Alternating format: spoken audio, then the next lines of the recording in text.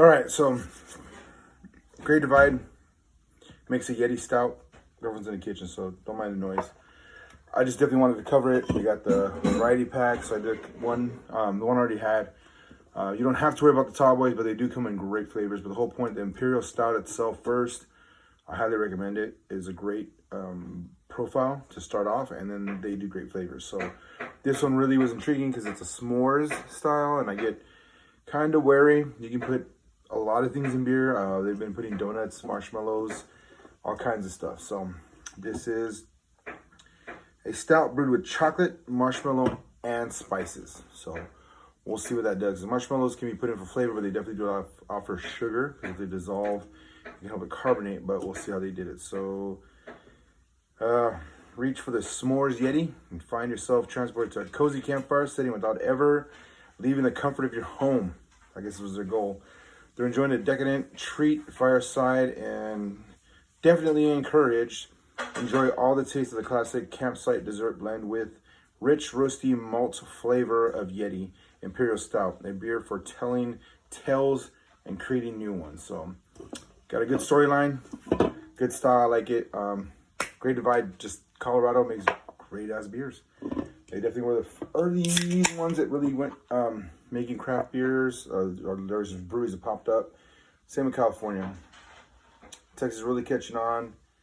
This definitely is, yeah, you can see. I said in one video, like, you can tell usually what you're going to get from that right there. So this does not look like it's going to slow down or go away anytime soon. So I got to be careful. I already messed up, basically. But it's very dark. I see no light getting through. So anyone that likes stouts, Imperial Stouts, here you go. This is already a crazy one. So the main thing I'm pretty certain that people want to know is how the s'mores part affects it. Is to make it sweet, like a dessert. Some people desire that, and some people are not big on the sweetness, but they want the flavor profile. So it smells like a very Imperial, little sweet, sugary Imperial Stout though, just off the nose. Very toasty, very smoky. Whew. It's what are we looking at?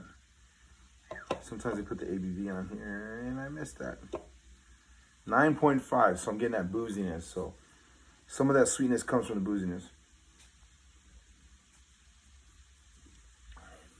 Wow. It's definitely holding the super dark stout toastiness, the char, smoky, deep richness, with just a slight of the almost cream-like of the marshmallow, but just a little bit. It's not like overwhelming. And then the spices start to build up. They carry over, and then you go back into the bitter toasty part. So, all right, that is solid. So stout lovers that like the deep dark, like Rasputin, it's very close to that. It's not super sugary, but if you're very sensitive, it's going to taste very desserty to you.